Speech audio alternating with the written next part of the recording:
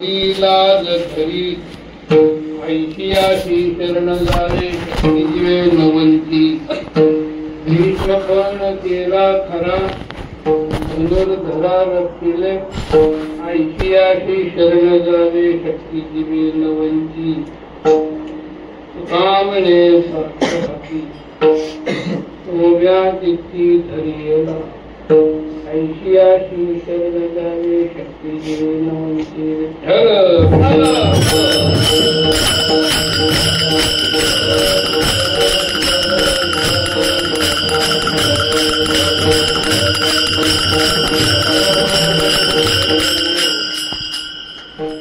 साधावया भक्तिकार नाही लाज धरी ऐतिहासी शरण झाले शक्ती जीवे नवंती सालाप्रमाणे वर्षी रामचंद्र बाबामध्ये यांच्या पुण्यस्मरणानिमित्त नामे मला कितवं आहे पण 6 वर्ष झाली जन्मभर परमार्थ करण्यात त्यांचं जीवन गेलं. अतिशय निष्ठा अतिशय श्रद्धावान म्हणतात विनय संपत्ती जय जय मंत्र अखंड आदर होतात विनय संपत्ती जय जय मंत्र सर्वच उपासना करणारे असतात पण एखादा असा असतो की त्याच्यामध्ये पडता जडभारी नेमा नटळे त्या नियमांमध्ये सकाळचं उठणं चंद्रभागेचं स्नान पांडुरंगाचा काकडा प्रदक्षिणा काही विद्या दान व्याकरण शिकवणं म्हणा काही चाली शिकवणं म्हणा भजन शिकवणं म्हणा जास्त करून आंदोलन 4-4 महिने या ठिकाणी स्वागताला आंदोलन तिथं नांदर्याने वर्णन केलं येते एक शीत दुधल्या अन्न वर धरण पोटी या पूर्ण ऐके महिमा अशा अक्षराला जाणून त्यांनी केलेली उपासना त्या उपासनेमध्ये ज्याचे त्यांचे चातुर्मासाच्या या पर्व काळामध्ये त्यांचं पुण्यस्मरण हा अनुकूल आहे क्षेत्र आहे दरवर्षी त्याचे त्यांचे नियम करणारे आहेत त्यांच्यासारखं जरी नाही तर थोडंफार कमी आपण करत आहोत तर तरी करायचं त्यांच्या पावला पाहून घेऊन काही अशी निष्ठावंत वारकरी पाहिली देतात मोठे बाबा जसे आहेत तसे भोसरीकर बाबू आनंदी पंढरीच्या वारकऱ्यामध्ये निष्ठावंत वारकरी कडक होते नियम तसेच आमचे रामकृष्ण भाऊ नियमाला कडक कष्ट लोक होऊन आणि हे जे आहे ते विदर्भात नागपूर जिल्हा ज्या भागामध्ये महाराष्ट्रातलाच एक भाग आहे पण तिथं परमार्थ कशाला म्हणतात हे बरेच दिवस लोकांना माहीत नव्हतं. नागपूरची माणसं विदर्भातली लोक फक्त आषाढी वारीला ज्याची त्यांचं जास्त प्रमाणात माहिती यायचं एवढं काही लोक यायचे काही रेल्वेने यायचे वारी झाली की आपण ग्रामीण भाग भजन कशाला म्हणतात जागर म्हणजे काय कीर्तन म्हणजे काय आता भजन म्हणजे काय या भागात नसून ते त्याचा फार दुष्काळ होता आणि अशा या दुष्काळ जिथं आहे अशा भागात त्यांचा जन्म जसे बाबा तसे पुढे आहे बाबा त्याच पांडुरंग महाराज वैद्य तिकड एकाच भागात काही खानदेशीमध्ये गुरुवारी होऊन गेले काही जायचे काही नगर जिल्ह्यात काही कुठं लोक मारा या हे परंपरा चालवली, प्रचार केला की तो भक्तीचा टांगला कळकाळातीचा का म्हणे का जय जयकार केवळ मागासले भजन अजूनही त्या भागामध्ये भवतावती करून गाता भजनात एवढं नाही. मी जातो ना आमच्या फळवती गाव आहे तिकडं बरेच गाव आहे गाता भजन जागर असं काही तिथे नाही. पण यांनी जे ते इथं येऊन येथे उपकारासाठी आले आपल्या सगळ्या तिथे सगळ्यांना सांगतो 8 महिन्यामध्ये भगवत भक्ती पारायण भोजन 4 महिन्यात अशी जन्मभर त्यांनी ज्याची सेवा केली त्यांचं पुण्यस्मरण होणं आवश्यक आहे. त्या निमित्ताने आपल्याला एक ज्या त्या वेळेला जे जे आपल्याला जे त्यांच्या कृपेने थोडं बारका होईना जे ते असं वाटतं की आपणही त्याच्यामध्ये पडलं पाहिजे आपल्याला सेवा केली पाहिजे असं असे बाबा त्यांचं पुण्यस्मरण त्यांचा आपल्याला हा 6वा पुण्यस्मरण आणि त्याला सेवेमध्ये घेतलेला आपण संत श्रेष्ठ जगद्गुरु परमहरांचा उपदेश कोणाला केलेला ज्यांना असं वाटत आहे की आपल्याला योग्य देव शरणागतीला प्राप्त व्हावं.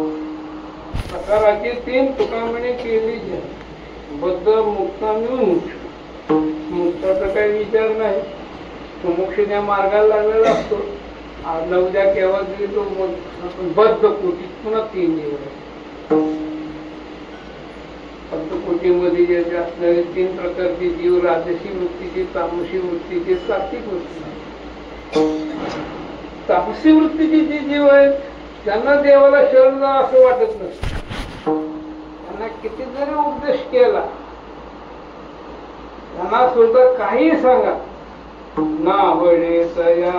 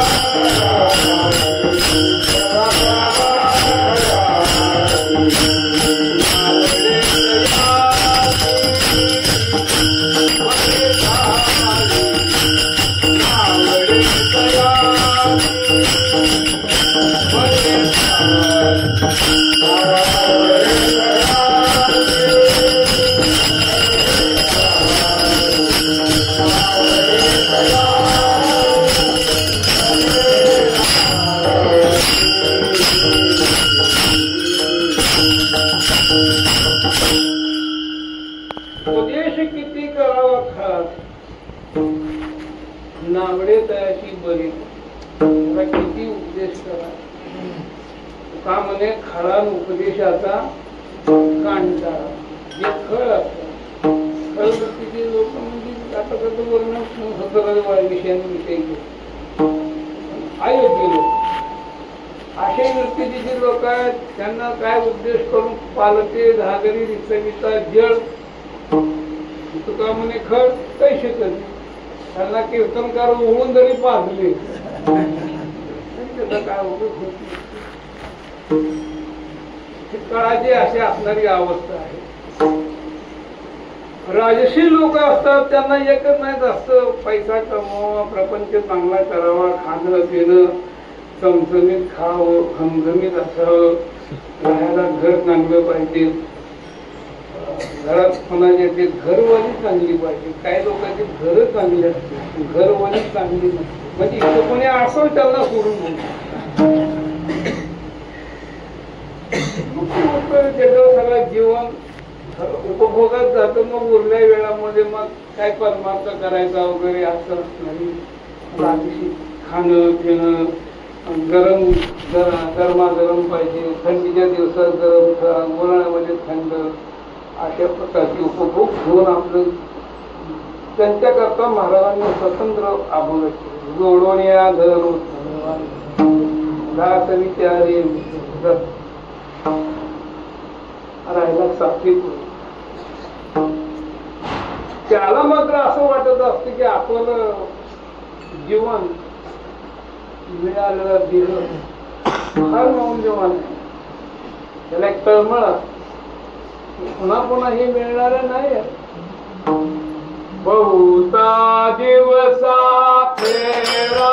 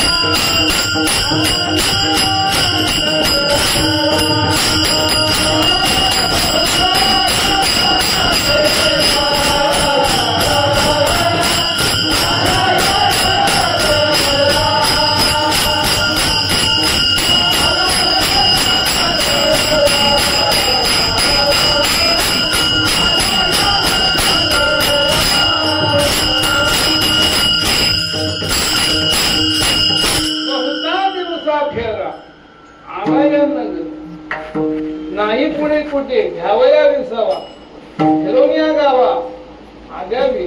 त्याला तळमळ लागली, पुन्हा नाही मागुता नाही न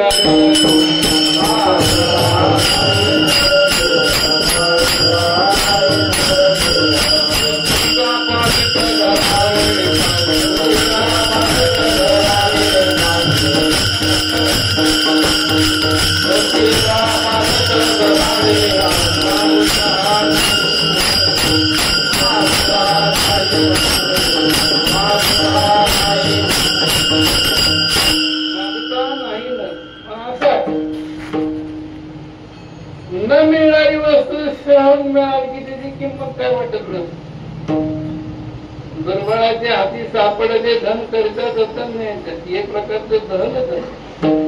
सहज मिळाची किंमत वाटत नाही, याची फार मोठी किंमत आहे, इतकं मोल आहे. क्षणोक्षणाच्या ठिकाणी ज्याची याची असणारा अंमल असा असणारा वेळ आहे, फार मोठी किंमत आहे. क्षणाक्षणाला ज्याचे त्याचं ज्याचे महत्व सांगितलं गेलेलं आहे.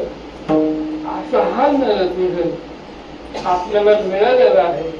आणि या जन्मामध्ये आपल्याला भगवंताला शरण जायचंय, देवाला शरण जायचंय. पण आपली अवस्था अशी का पण अज्ञान आहोत. हे देह द्यायचे पुन्हा पुन्हा मिळणार नाही. पुन्हा पुन्हा शरणागती योग्य ठिकाणी गेलं पाहिजे. जर का शरणच जायचं आहे तर कोणत्या देवाला शरण जावं. देवामध्ये काही एक प्रकार 33 कोटी देव चामुंडा, अष्टकोटी भैरव, 33 कोटी देव सांगितले. 10 शतकाचा 1,000, 100,000चा लाख, 100 लाखाचा 1 कोट, असे 33 कोटी देव. पुन्हा चामुंडा, एका देवाला 1 पत्नी म्हणजे देवी, ती चामुंडा, ती 33.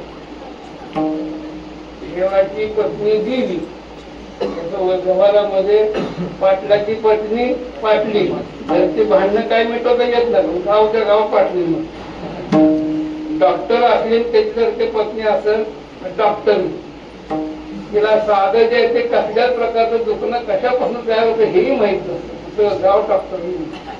तसं देवाची पत्नी देवी, अशा चामुंडा 33 कोटी आहेत. 8 कोटी प्रकारचे भैरव सांगितलेले आहेत. याच्याशिवाय पुन्हा 3 देव.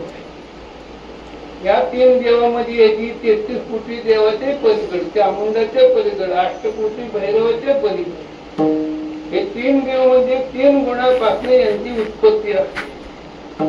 रजगुणापासून ब्रह्मदेव, तमगुणापासून असणारी जे ते शंकर महाराज, सत्वगुणापासून असणारे महाविष्णू, आपलं विष्णू महाविष्णू, 3 गुणाच्या पलीकडे अशा असणारे 3 देव. या सगळ्या देवाचा विचार केला तर शरण जायला हे योग्य असं म्हणता येत नाही. का? शरण कशा करता जायचं की देवाने आपल्याकडे धावून यावं.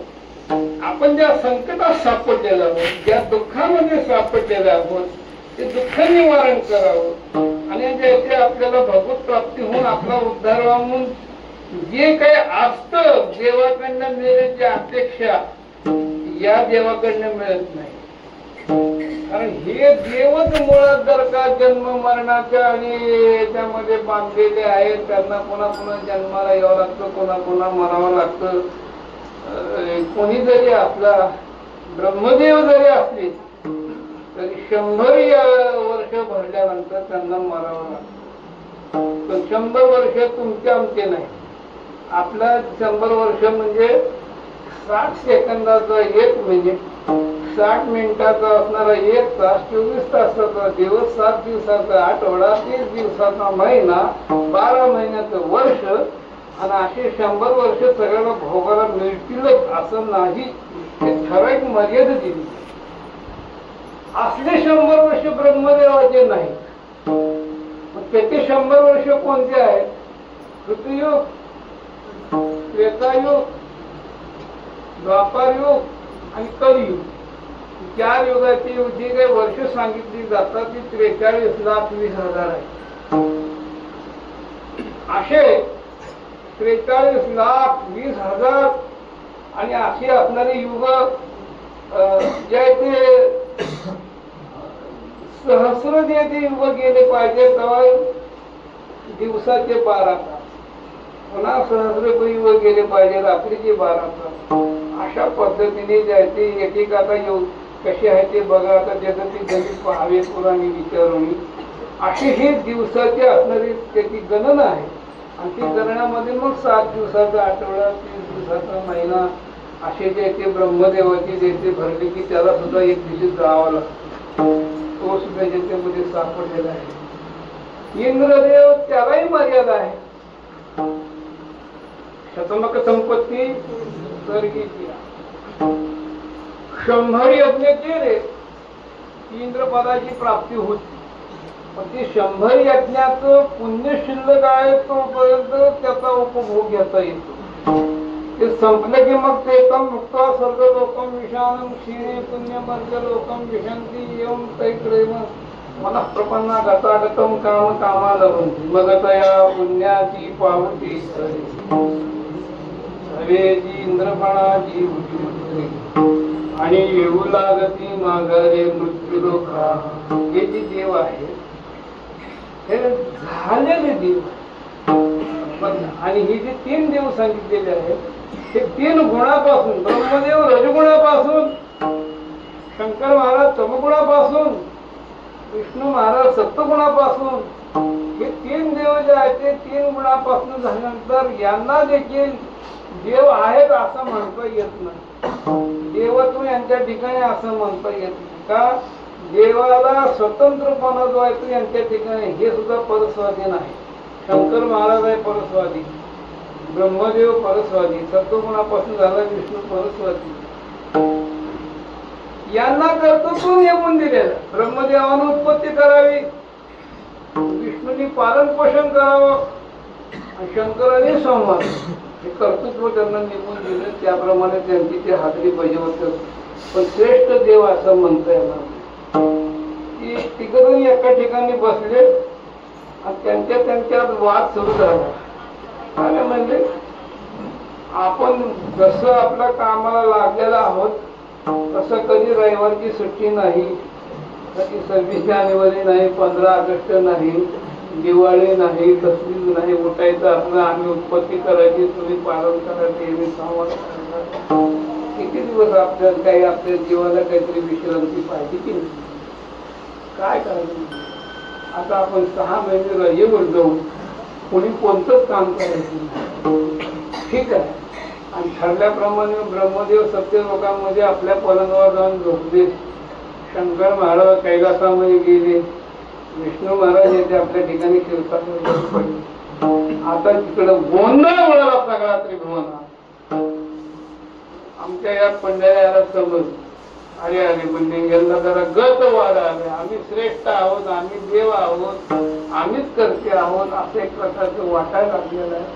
त्यांचा गर्व देतो घालवला पाहिजे. पण देवाने काय केलं, काही दिवस जाऊ तिथे 10-15 दिवस महिनाभर मायेकडून जवळजवळ 1000 उंट तयार केली.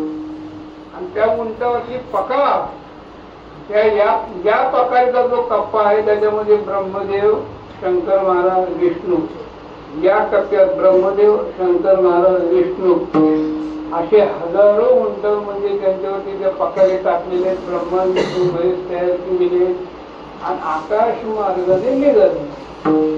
जाता जाता सगळ्याच्या पाठीमागे या देवाची आपणारी माया म्हाताऱ्याच्या रूपात काठी टेकत चालली.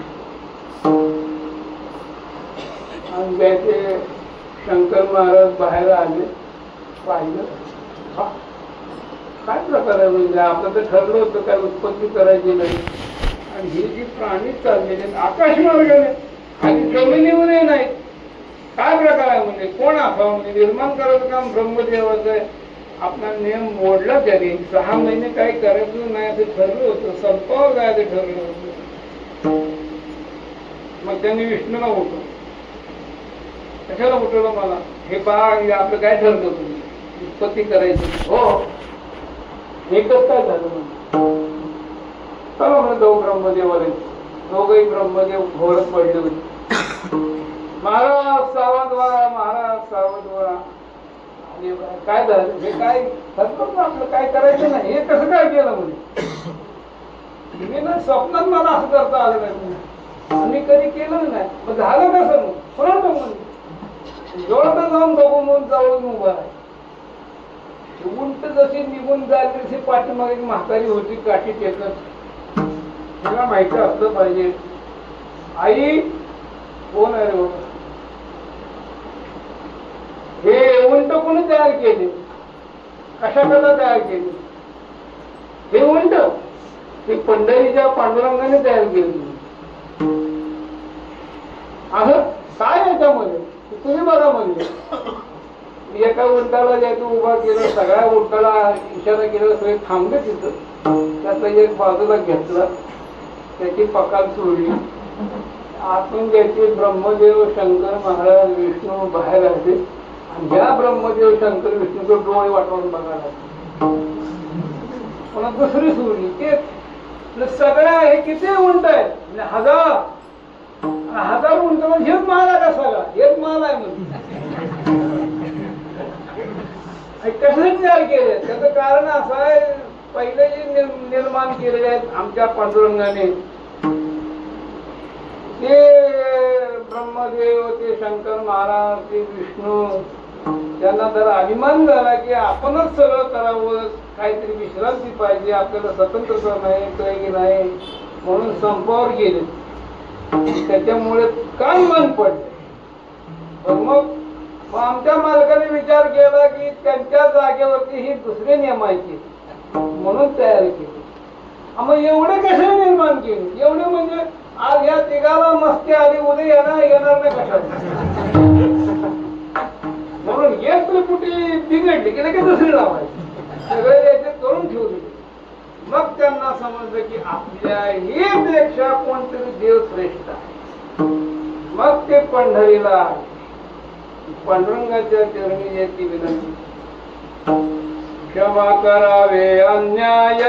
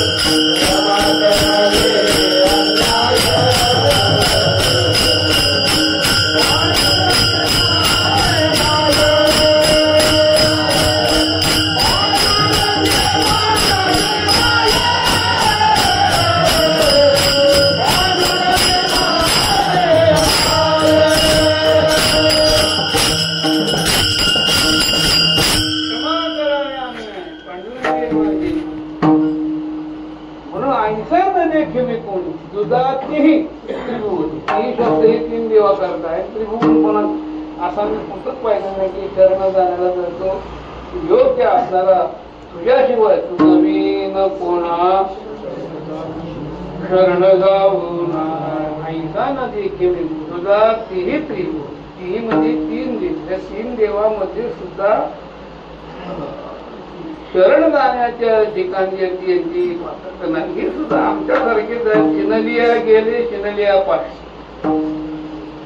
झाली त्या दोघांशी एक दगडाची नाव आली तुझी जडते काय दगड चालू झाली.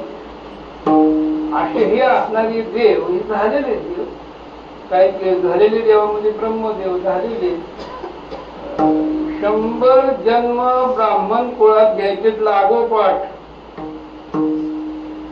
आणि ते 100 जन्म घेऊन पुन्हा ब्रह्मकर्म यथासांग पार पाडायचे. ब्रह्मकर्म यथासांग पार पाडणं अतिशय अवघड आहे. आणि आपला अवघड असणारं ज्याचे कर्म एका पाठीमागे एक एका मागे एक कधी 100 जन्म व्हायचे, पुन्हा किती अवघड आहे. साधं संध्या करायचं म्हणलं तर माश मात्र जीवन म्हणजे उडदाच्या डाळीचं टरपस, त्यात जेवढं पाणी बसतं तेवढं ज्याचे केशवाय स्वाहा नारायणाय स्वाहा माधवाय स्वाहा म्हणताना घ्यावं लागतं. जास्त घेतलं तर दारू पिला तर दोषांती केला आहे. इतकं ब्रह्म कर्म अवघड आहे. पुन्हा त्याच्यात काय काय दिवसभर करायचे तीर्थाळी वाचा, आचार प्रथम ब्राह्मणाचा धर्म, शौच नित्य नियम सत्यवान. तीर्थावळीमध्ये ब्रह्मकर्म कसं असावं त्याच्या ठिकाणी सांगितलेलं आहे. मग बंधन झाल्यानंतर पुन्हा मग त्यांनी काय काय करायचे काय नाही करायचे अतिशय अतिशय अतिशय अवघड असणार. अशा या कर्मामध्ये 100 वेळा जन्माला यायचं, 100 वेळाला जायचे कर्मकृष्ण पार पडलं पाहिजे, मग ब्रह्मदेवाची पार. 100 यज्ञ करायचे. एकेका यज्ञाला किती खर्च येतो हे असं बोलायचं कामच नाही, पण ज्या यज्ञामध्ये पूर्ण आहुतीला खूप वापरायचं असतं, ते डालडा चालत नाही, जर्शी पासून तयार झालेलं चालत नाही, त्याला प्युअर द्यायची देशी गाईचं ते हातीच्या सोंडसारखं निमून ती धार पाहिजे. आता बघायला मिळत नाही. एवढं कोण करणार यज्ञ कर्मकांड करतात. 2 दिवस पाहुणा जर का घरी आला तर कधी निघून जाईल असं वाटत. जिथं पाहुणाची अडचण होती तिथं यज्ञामध्ये केव्हा अन्नदान करायचं. नवरा बायकोची भांडण झाली, येत नाही म्हणणार, गेला बाहेर पडला.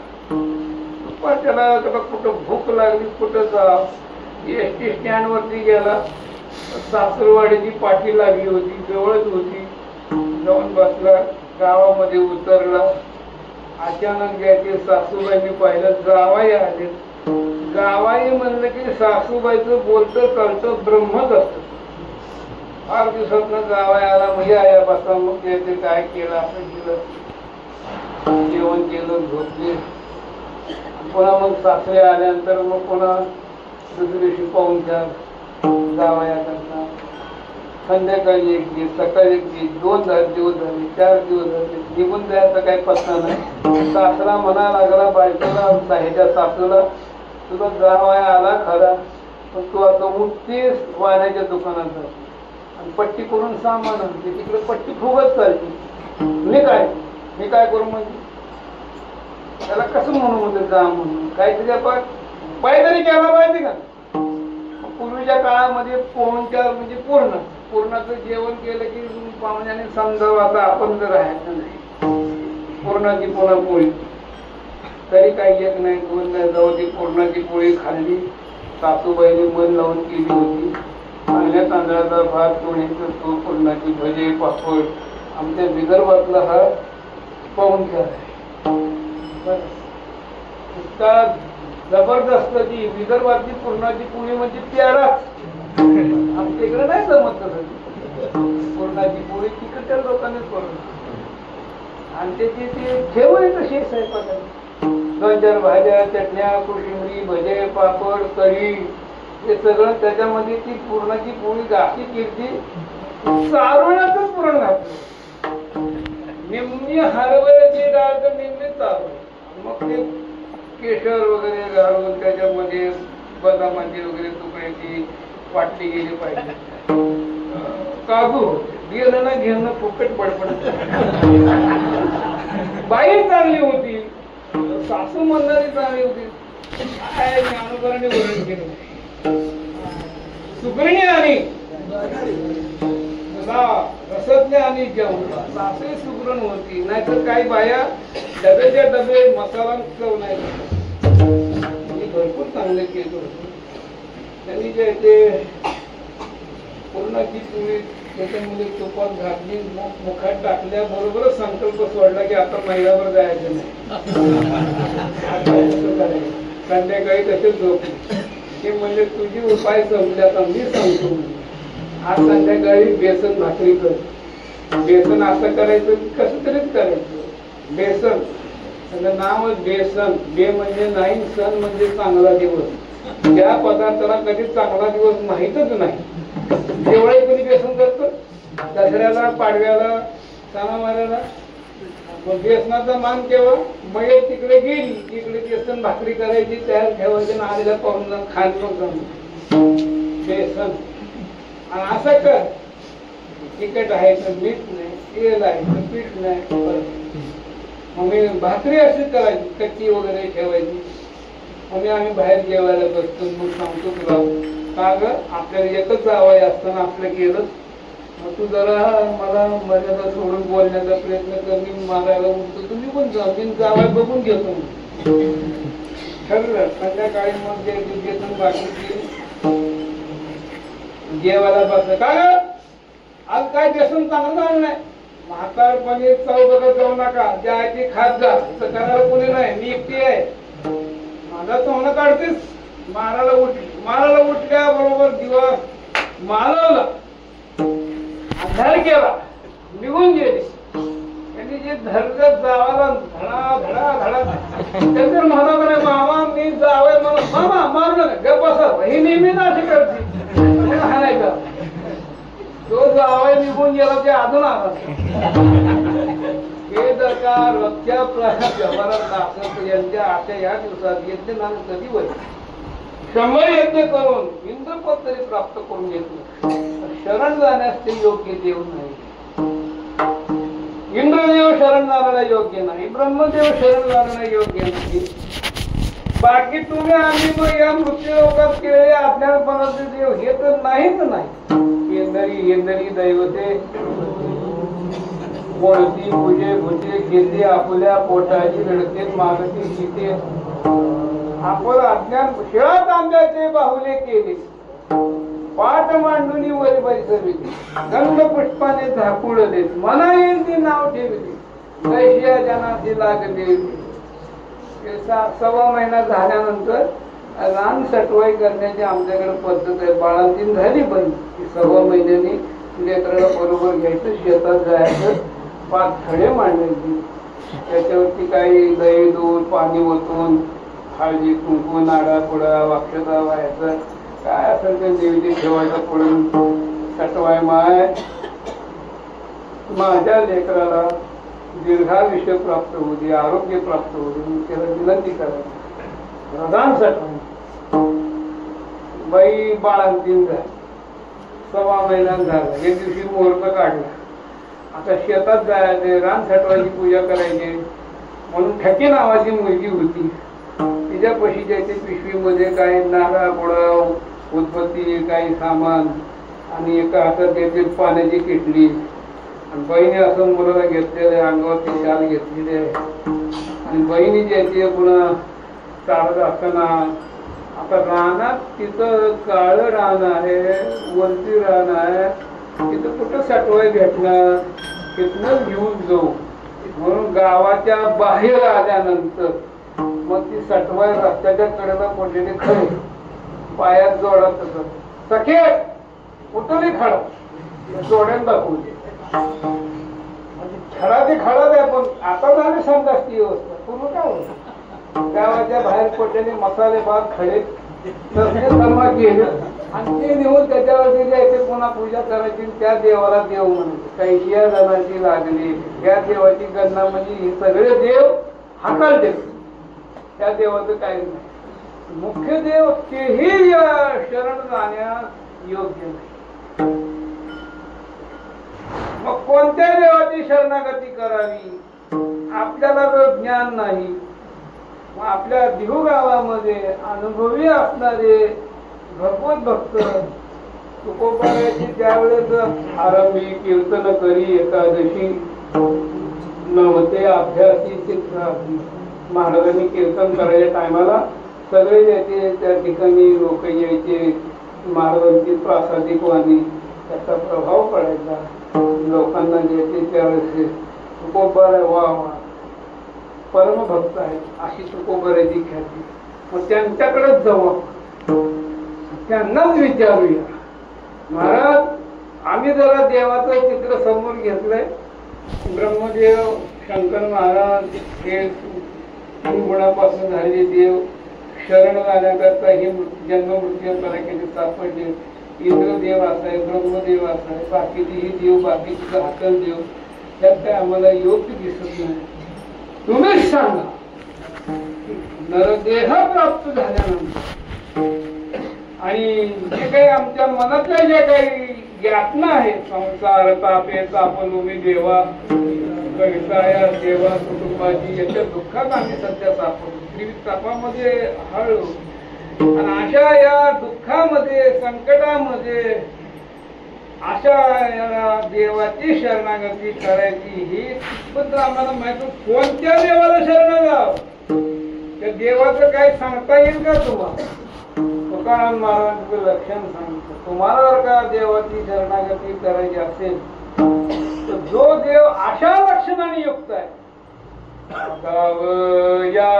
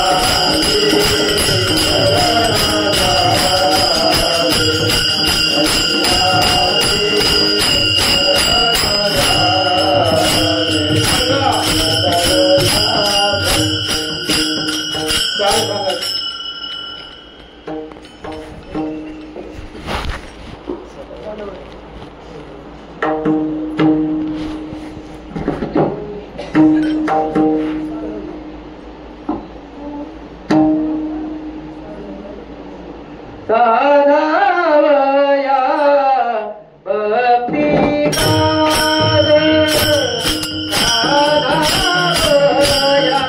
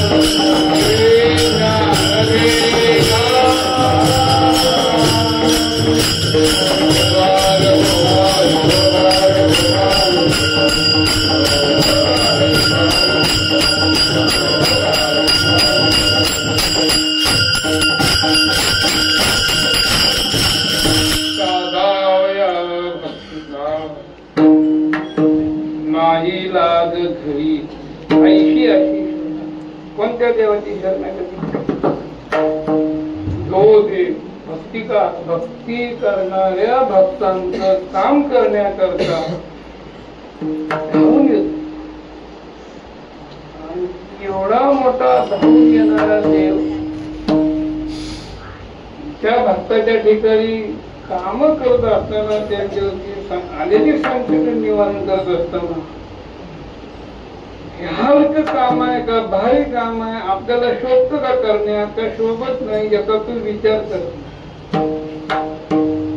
जो मज होय अनन्य शरण त्यांचे संकटी निर्दाळून सुखी करावे पूर्ण ब्रीदनागी माझी नाथरायची उडे रामायणामध्ये हा श्लोक गेला. अनन्य हे जना उपासती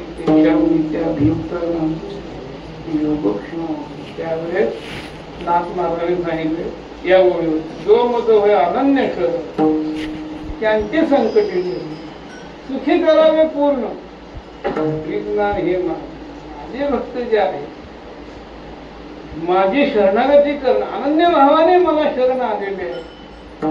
देवाला पुष्कळ भक्त भेटतात. अनन्य शरणागती करणारे भक्त फार तुम्ही आम्ही देवाची भक्ती करतो. देवाची भक्ती जशी देवाला पाहिजे तशी आपल्यातनं होत नाही. ओर प्रेमाचा भुकेला हाची दुष्काळ अनन्य इतके अनन्य की त्या एकवीर उपासनामध्ये त्यांची जे काही ब्राह्मण असे सापडतात की जो हे आकाश वर पडो पाही ब्रह्मभुव बंगाल जाय वडवांना त्रिभुवन खाय परमी तुझीच वास पाहे गावी याला एकवीर अनन्य देवाशिवाय इतरांच्या ठिकाणी कधीही ते आपली शरणागती करत नाही. असे जे भक्त आहेत माझे भजन करणारे भक्त आहेत रात्रंदिवस मला भजणारे आहेत त्यांची ही भक्ती अशी श्रेष्ठ असणारी हेची थोर भक्ती आवडते देवा संकल्पानी माया संसार माझ्याविषयी ते कसे सर्वस्व मला अर्पण करणारे सर्वस्व त्याने मला दिलेलं आहे. जे जसं ज्या भावनेने माझ्याकडे बघतो मी त्या भावनेकडे बघतो. मी सुद्धा लाच सोडलेले त्यांच्याकडे त्याने माझ्याकरता लाच सोडलेले. देव जे आहे ज्या वारीला येते त्यावेळेस हे भगवत भक्त मातले वैष्णव नटती नाना छंदे नाही मोक्षपदी तर भजनी आवडी त्या आवडीमध्ये असं त्यांना कधी वाटत नाही की आपण असे नाचतो करतो आपल्याला ज्यांचे लोक नावं ठेवत असतील म्हणून त्याला त्यांची कधी लाज वाटत नाही. निर्लज्ज भोजनाचे भक्ती अंगी प्रेमाची संत देखील त्या ठिकाणी निर्लज्जपणाने जे आहे ते भगवत नामचिंतन करत असताना टाळ वाजवणं नाचणं उड्या मारणं गीती गाणं भगवंताची उपासना करण्याकरता जे ते कसल्याही प्रकारचे मनामध्ये लाभ न येऊ देणं नाचत असताना त्यांना कधी लाजच वाटत. आता कीर्तनामध्ये टाळी वाजवायला लाज वाटते म्हणजे इथली नाही दिंडीत नाचायला लाज वाटते कीर्तनात नाचायला लाज वाटते. संत महात्मे निर्लज्ज होऊन भगवंताची उपासना करत असताना दिंडीमध्ये याच्यामध्ये कुठेही रस्त्यावरती अंगी संचरित जाईल त्यावेळेस ती जसं असतात माणसे नाचतात संतही नाचत होते. माणसं देवापुढे नाचतात भक्ती करतात संतही देवापुढे नाचतात. माणसं जी नाचतात तो देव असतो नवरदेव. त्या नवरदेवाचा जे ते लग्नाचा समारंभ मे महिना वैशाख महिन्यात अंगातून घामाच्या धारात काढलेले आणि मुहूर्त काढलेला असतो 12:30 आणि मग तो नवरदेव बाहेर काढला की मग परण्याहून परत येईपर्यंत चांगले लोक सुशिक्षित BA झालेले बी म्हणजे BA म्हणजे अक्कल बेअक्कल आणि इथं नाही ते गोष्टीतले. आणि मग ते नवरदेवा झाकायची दारू आणि मग त्या तालावरती बंद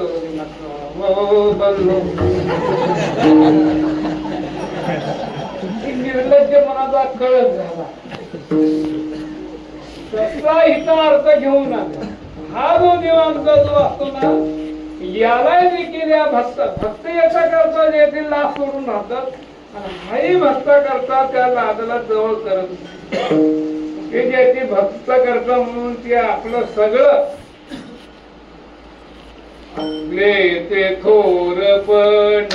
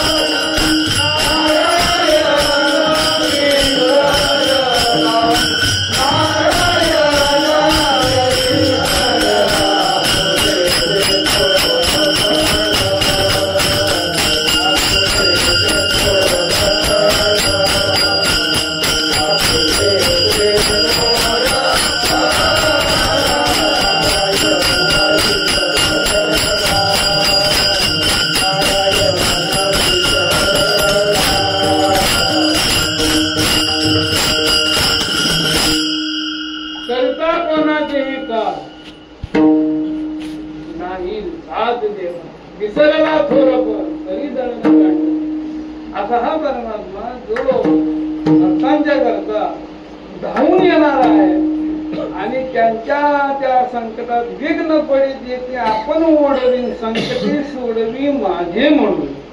भगवान म्हणते माझे भक्त आहेत, त्यांनी मला ऋणी करून ठेवलेलं आहे, त्यांच्याकरता जाणं माझं आद्य कर्तव्य. सेवा या भूमिकेतनं तो तिथं येतो आणि त्यांची कामं करतो. अशा देवाला शरण जा. त्याला पौराणिक उदाहरण दिले. भीष्म पण गेला खरा दुर्गाला केले.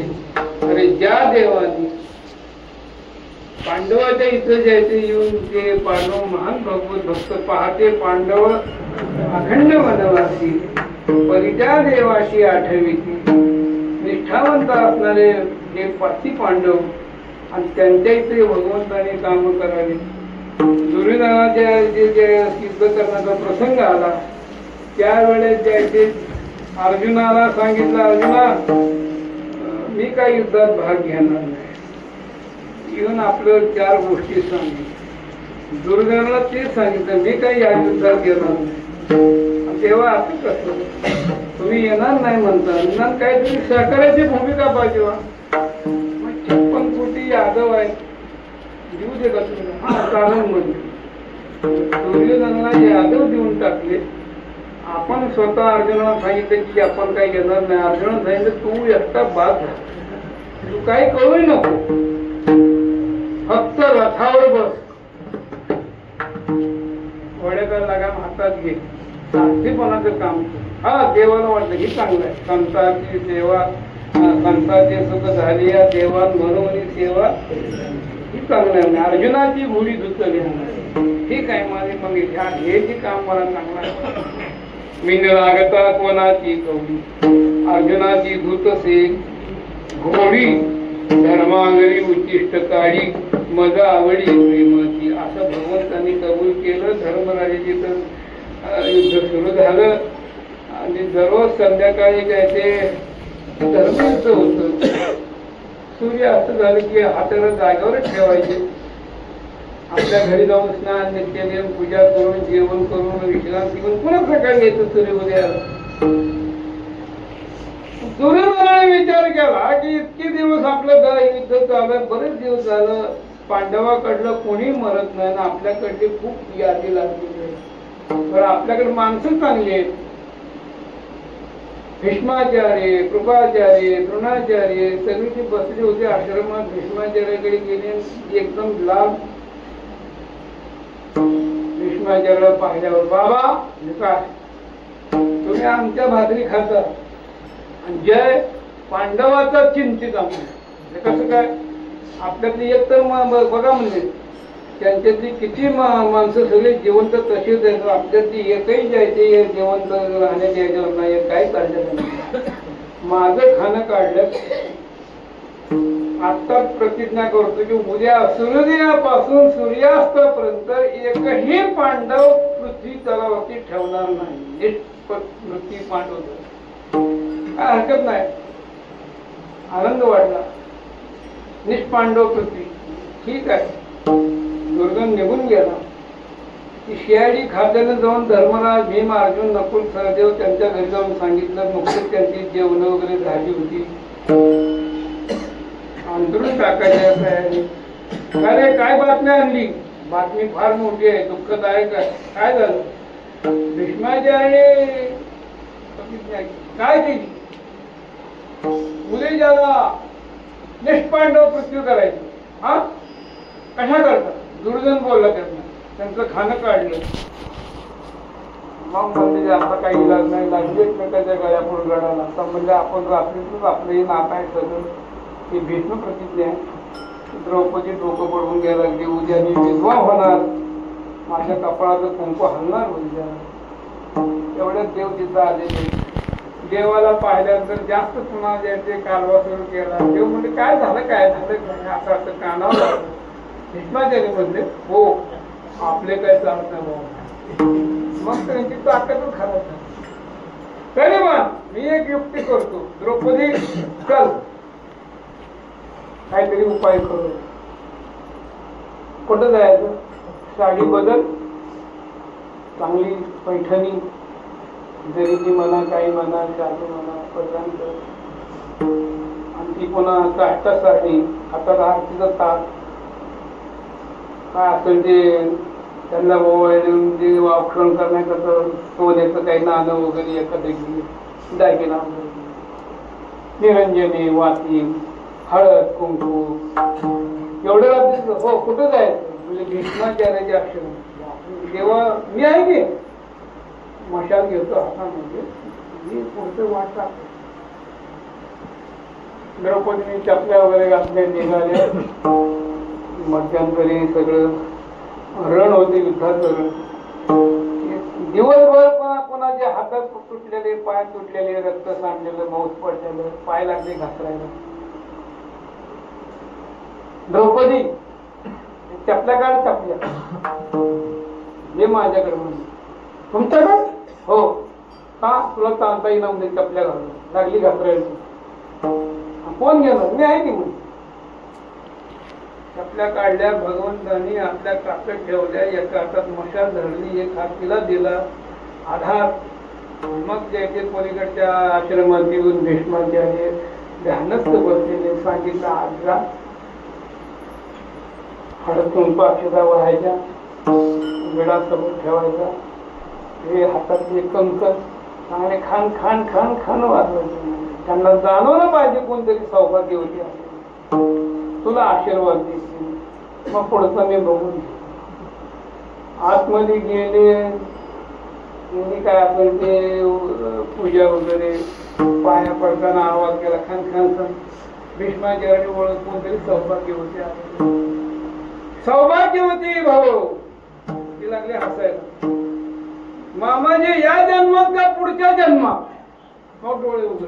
बाप पांडवाची पत्नी उद्याचं पांडव निष्पांडव पृथ्वी हिला आपण सौभाग्यवती म्हणणारे आपणच, उद्या महाराज निघालेले आपणच. द्रौपदी तू कशी काही का मी एकटी नाही आली, माझ्या बरोबर जोडे राखले, त्याला बोलून त्याने ओळखलं कोण जोडे राखले. बाहेर आले जेव्हा ते असं म्हणते हळ तर येते किंवा भगवंताने मशाली घेतली, आतमध्ये गेले, काकडला जोडे काढले, मागितले का जोडे म्हणते ते बोललं. अरे लुच्च्या माझी प्रतिज्ञा मोडली, आता तर म्हणजे काय खरी करू शकत नाही, गेलं माझ्याचे करू शकत नाही, अखंड सोबत तोही प्रतिज्ञा केलेली की युद्धामध्ये काय हातात शस्त्र धारण करायचं नाही, उद्या घ्यायला जाईल नावचा भीष्म. देव म्हणले माझ्या भक्ताकरता आपल्या प्रतिज्ञा दिवसातून 1000 करतो, 1000 वेळा मोडतो, त्याचं काय मला वाटत नाही. माझी भक्त दुसरीशी युद्धाला उभं राहिले, अर्जुनाच्या अंगाची चाळणी आता अर्जुन पडणार एवढ्यात भगवान खाली उतरले, रथातच साग घेतलं की धावले, बस बस बस एवढं मला पाहिजे. इकडं भीष्मपणा केला, इकडं धनुर्धर अशा गुणाने युक्त आईशी अशी नुसतं बोलणं झालं. तुम्हाला काय त्याचा अनुभव आहे? मग का म्हणे चाचणी सांगे, माझा अनुभव आहे, मला देखील अनुभव आला, तुम्हाला काय अनुभव आलेला? भक्त नारायणानुपेक्षी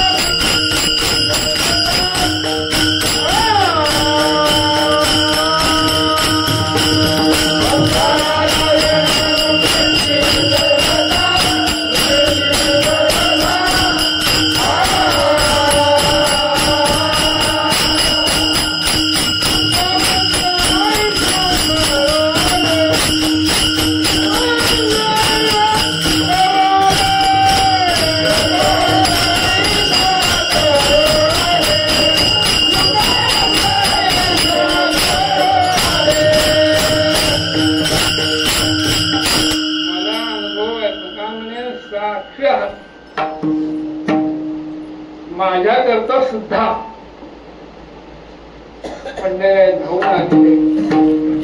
माझ्यावरती देखील बाळवेश घेऊन प्यारी भेटला. गीता जनिता तुझ्या 8वा दिलेला तिने ब्रह्मानंदे प्रेमी रुडविला, न चुके म्हणून तुका नामे जोडू. मला देखील भगवंतांनी भेट दिली, संकट त्यांच्या जीवनातले पुष्कळ प्रसंग आहेत. उदाहरण म्हणून एक सांगतो. तुकोबाराचे 14 टाळकरी, त्या 14 टाळकऱ्यामध्ये गावाचे 4-5 टाळकरी जास्त आवडीचं गाव. महाराजांचा असणार ते आजूर ग्रामीण भाग. जेव्हा जेव्हा तुकाराम महाराज लोहगावला जाय तेव्हा तेव्हा टाळकऱ्या महाराजात कीर्तन करण. तुकोबाराय म्हणजे आनंदाने हो म्हणते. 7 दिवसाचा जरी झाला उपवासी तरी कीर्तनाची टाकू नये. 7 दिवसाचा जरी उपास आपल्याला कीर्तनाचं आमंत्रण हो येतो म्हणून सेवा आहे. तुकोबाराची आवडीची माणसं, गाव आवडीचं, प्रेमी माणसं. तुकाराम महाराजांनी होकार दिला की पूर्वीच्या काळामध्ये सायंकाळी लोक सर्वसाधारण सूर्य अस्त झाल्यानंतर घराकडे येतात. तिथून मग कोणाचे घाट फिरवले, घंटी घ्यायची, ती घंटी वाजवायची, प्रत्येकाच्या दाराला ऐकावं ऐकावं आज सायंकाळी नमस्कार तुकाराम महाराजांचं कीर्तन माथेराच्या मंदिरात होणार आहे. सर्व भाविकांनी श्रवणाचा लाभ घ्यावा. तुम्हाला ठण ठण ठण तुम्हाला त्याला मध्ये घाट दिली गेली. घाट अशी जात असताना शोभा कासा त्यांची पत्नी शिवबा महाराजांच्या विरोधात, त्याला ते आवडत नव्हतं, परमार्थ वगैरे केलेला जगद्गुरु तुकोबाराच्या नादी लागले, ते आवडत नव्हते. त्यांचं मूल आजारी होत, तापाने फणफणलेलं होतं. वैद्याला बोलवलेलं होतं घरामध्ये. वैद्यांनी नाड्या वगैरे तपासल्या होत्या. पूर्वीचे वैद्य म्हणजे अगदी नाडी परीक्षा, आता सारखं नाही. रोग्याने दवाखान्यात जायचं, पेपर काढायचा, मग नाव घ्यायचं, मग आतमध्ये जायचं, झोपा हा करा, श्वास सोडा, खेळ, उलट पालत खालत वरच इकडं तिकडं. मग म्हणते तुम्हाला काय होतं मूर्खा, पुन्हा म्हणतो आम्ही काय होतं म्हणून. पूर्वीची वैद्य नाडी तापत बाई. ते बाबा कुठं आहे? बाबा गेले धांड्याला वगैरे बांगड्या वगैरे परिस्थिती बिकट आहे. हा जवळजवळ सगळं संपलेलं आहे. रात्र जाणं अवघड आहे. बाबाला बोलवून घ्या, जवळ बसा म्हणावं, लक्ष ठेवा. काही सांगता येत नाही, पोराचं कमी जास्त होईल की जास्त शरीर तापलेलं आहे, काय सांगता येत नाही. आज सांगून निघून गेला. कोणाच्या इथे थोड्या वेळाने शोभा कासाला आली. बाईने दमटी ऐकलीच नव्हती. हातपाय धुतल्या बरोबर जे ते लवकर स्वयंपाक कर, मला तुकाराम महाराजांच्या कीर्तनाला जायचं. ऐकलं का मी काय म्हणते? काय म्हणते? अहो तुमचं अगदी खरं आहे, गेलं पाहिजे. मला माहित आहे तुम्ही फार त्यांचे जवळचे, फार भाविक श्रद्धाळू, आणि काय जेव्हा सांभाळायचा असतो. काय झालं? मुलगा अतिशय तापलेला आहे, फणफणलेला. मग वैद्याला बोलवलं. काय म्हणाले? ते म्हणाले रात्र मोठी अवघड आहे, सकाळपर्यंत काय पोरग राहत नाही. त्यांच्या बाबांना सांगा जवळ बसा करा, लक्ष ठेवा. हा असं म्हणजे ते आम्ही गेलो समजा कीर्तनाला, त्याचं संपलं आपलं जाणारच नाही. म्हणजे त्याचं नसलं संपलं राहणारच आहे. म्हणजे मला पुन्हा कीर्तन पुन्हा ऐकायला मिळणार, मी जायचं जाणार. हट्टाने जायचे. मग कीर्तनाला निघून गेले. तिकडे कीर्तन सुरू झालं. कीर्तनामध्ये त्याचा ग्रामीण भाग, चंद्राचा उजेड पडलेला, मोकळं कुठल्याला असते तर कुठलं मंडप काय नव्हतं त्यावर. खूप लोक श्रद्धेने यायचे, बसायचे, गर्दी झालेली. तुकोबाराचे कीर्तन सुरू झाले. तिकडे बाई आता नाही झाली, मुलाजवळ बसली. दिवा लावला होता, चिमणी बिन बिन बिन बिन राखेल. मग जायचे. त्याचा घरना हळू घर त्याला घरघरची लागली की बंद होत चालली. निवळ शांत झाल्यानंतर मग त्या बाईला संशय आला. तिने मग नाकाजवळ सूज धरलं, ते सूज हलत नव्हतं. छातीचे ठोके पाहिजे, तेही नाही. मग वैद्याला बोलवून घेतलं. त्याने सांगितलं तुला म्हणलं जाणार आहे, गेला म्हणजे. त्या बाईला पोरग गेलेलं वाईट वाटलं नाही, पण मी जाऊ नका म्हणजे असताना कीर्तनाची राग आला. त्या रागाच्या भरात काय 4-5 वर्षाचं पोरग हातावर घ्यायचं होतं. असं ते उचललं हर कीर्तनामध्ये. कीर्तन कीर्तन पाहिलं न सांगता पाहिल्या बरोबर तुकोबाराने पंढराकडे तोंड केलं आणि देवाला सांगितलं बरं काही अशक्य तुम्हाला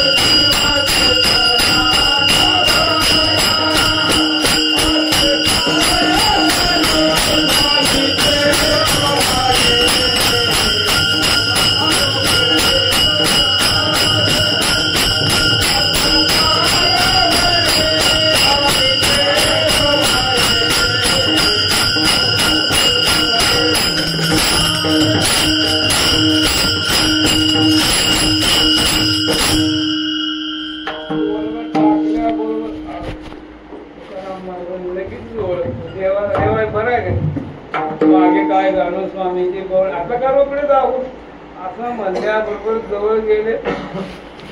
एका अंगावर पांघरून काढल्यावर झोपेतनं कसा माणूस होता कुठला कांबळे साक्ष हाती म्हणून सोन्याचे दिलरेला ऐशी अशी शक्तीची वेळ आता बोळा कीर्तनाची घात उपत घात आत्मघात विश्वास घात आपल्याला घेतो चांगली सेवा सर्वात कोणी पाहिजे उत्तर आहे आमचं प्रेम आहे आरोग्य पोले महाराज सगळे साधक रोज आमचं भाग्य आहे. आम्ही प्रश्न सगळं वैष्णवांचं दर्शन मला करतो त्याच्यापेक्षा दुसरं कोणतं ना आमचं भाग्य असं रोज सकाळी ही मंडळी स्तोत्र म्हणत म्हणा काय साधे म्हणत म्हणा काय तर आमचं भाग्य रोज आमचं एकमेकाचं उठून आमचं भाग्य वैष्णवांचं मुखावर करायलाच म्हणतो. अशी सेवा त्यांच्या हातनं घडावी आणि अशी सेवा आमच्याही हातनं घडावी. ज्ञानेश्वर